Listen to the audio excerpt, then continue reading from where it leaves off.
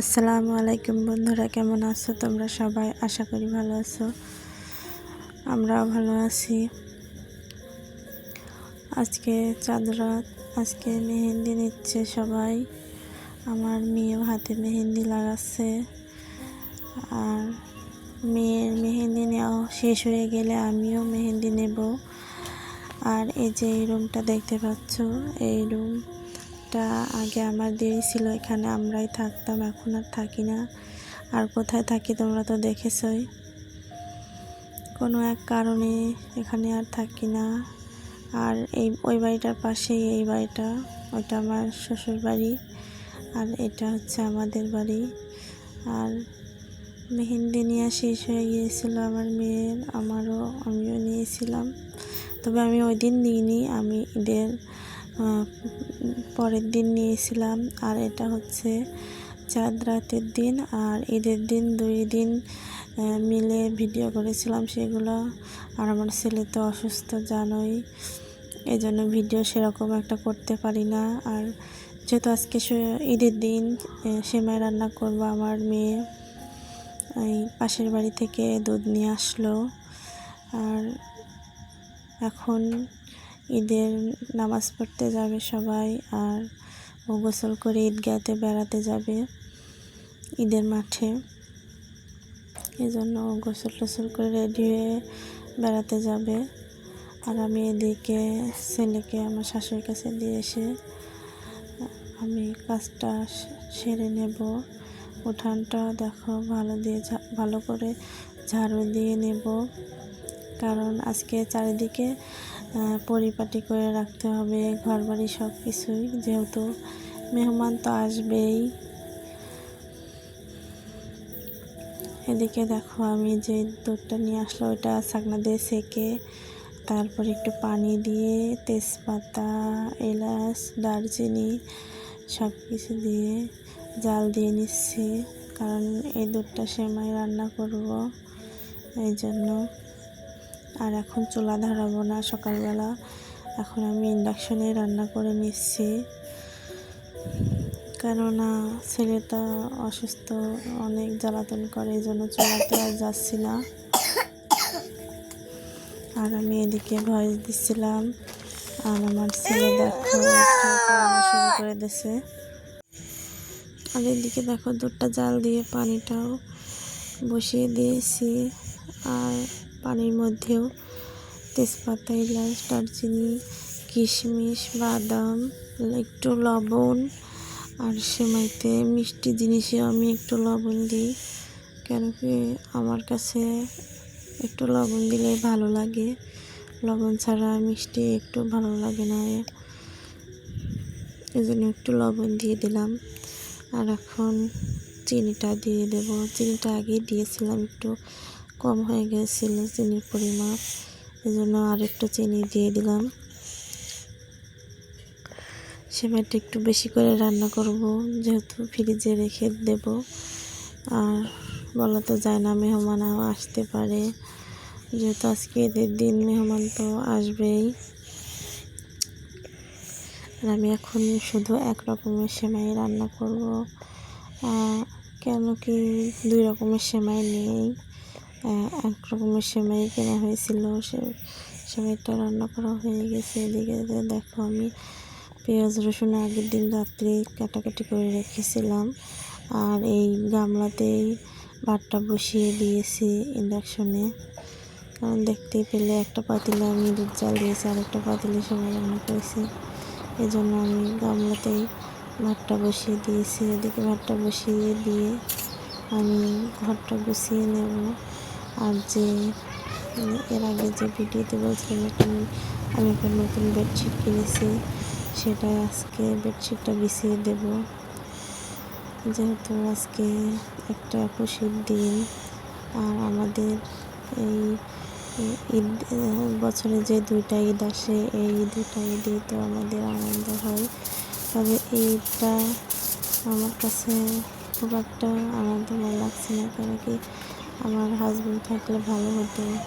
প্রথমেই ওকেও মিস করছি, আমার ছেলে মেয়েকে মিস করছে, কী করা যাবে।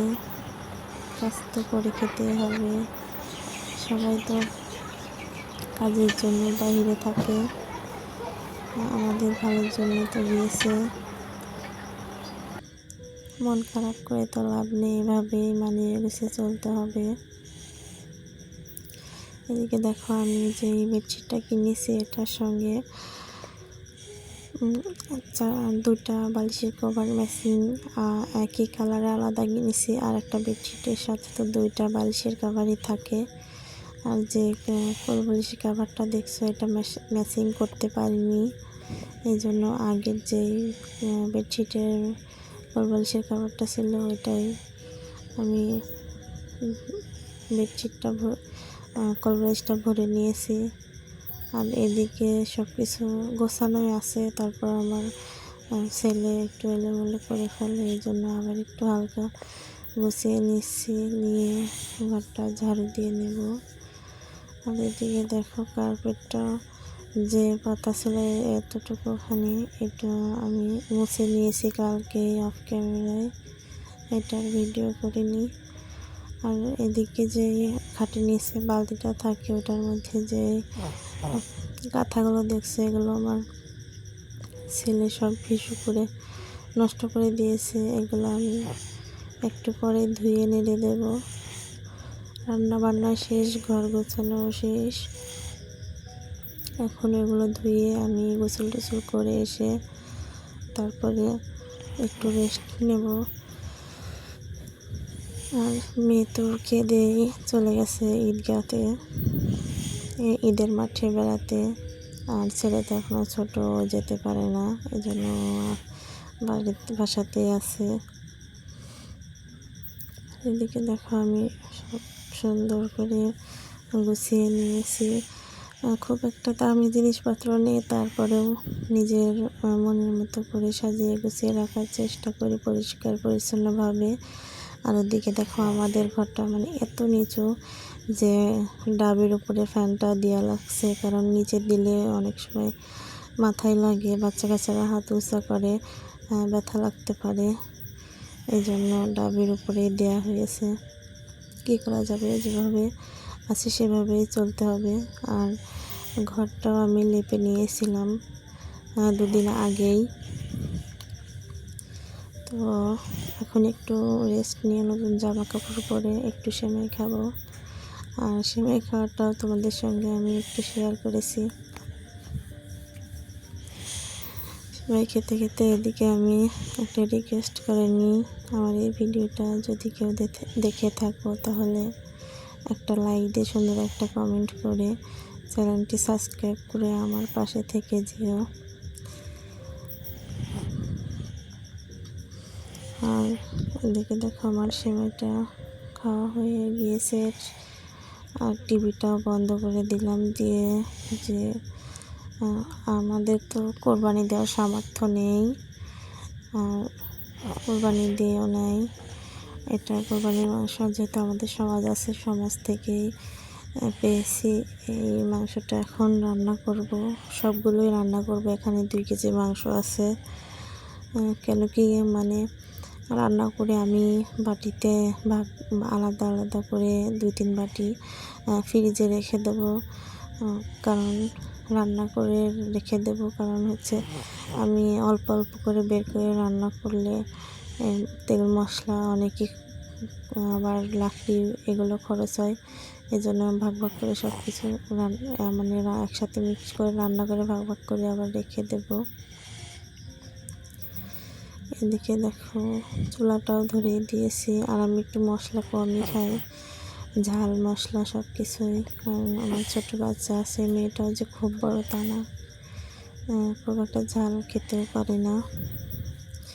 এদিকে মাংসটা রান্না করে রেখে আমরা সবাই চলে এসেছি আমার জায়ের মায়ের বাড়িতে, যেহেতু ওদের ফুচকার দোকান আছে ওখানেই চলে এসেছি ফুচকা খেতে। আর এদিকে দেখো আমি তো ভিডিও করি নাই, আমার ননদ ভিডিও করছিল। আর এদিকে দেখো চপ খাচ্ছি, আসলে ওদের দোকানের এই চপ ফুচকা অনেক মজা। আমরা গিয়েছিলাম স্পেশালভাবে বানিয়ে দিয়েছিল খেতে।